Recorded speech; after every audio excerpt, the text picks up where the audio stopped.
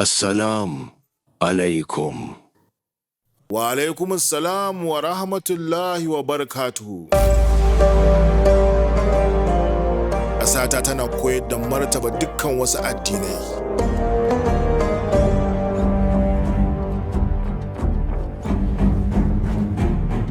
A cikin birni na ka kame duka ɗakunan masaukin baƙi na domin janyo hankalina. Salanka ya burge ni. Kayo tafiya daga nesa domin ka mutu. Na zo nan ne kawo ma kasuwanci. Kasuwanci? Wani irin kasuwanci? Zinarinka na bin hanya daga Afirka zuwa Dubai, daga Dubai kuma zuwa India. Kasada biyu. Ni tun daga Afirka ma zan karɓi kayan. Duka sada tawa ce. Zan sai yawan da ba adadi. Harƙalla ta yi? Tayin naka gaskiya mai kyau ne. Amma sai dai ka makara. Da ka zo da wuri da ta yi na ba hakan dama. A ta tsagi ɗaya gwamnati ta faɗi. Yalla bai yanzu sai me?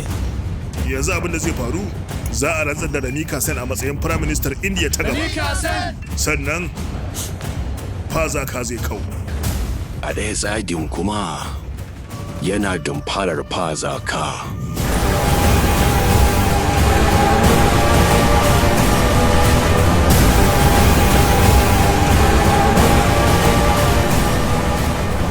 Kai kuma ga kanan kamar wani kolo. Yanzu ai baka da komai. Ka riga da ka rasa komai. Ko ba komai, da ka samu kayi wasu abokan. Ni na yi abokai a duk faɗin yankin India.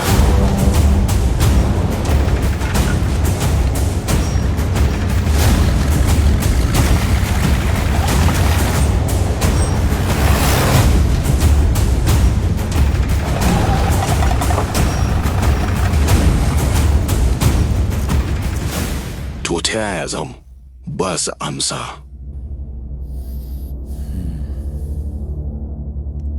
Kawo, za ka iya yi mun wata alfarma ta ƙarshe.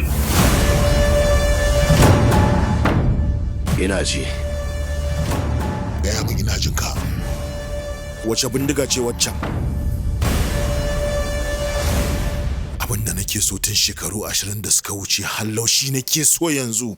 Duniya.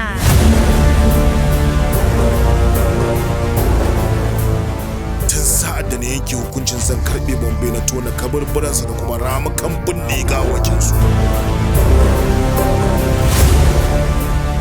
Na zana sunayensa a jiki, kwanakin wata kawai zan rubuta kawai. Lokacin ya zo. A bawa yara alawa.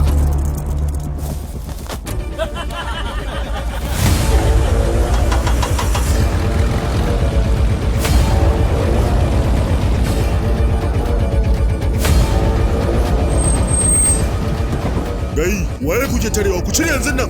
Yanzu na ce!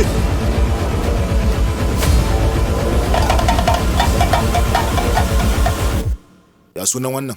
Kalashnikov. Kalash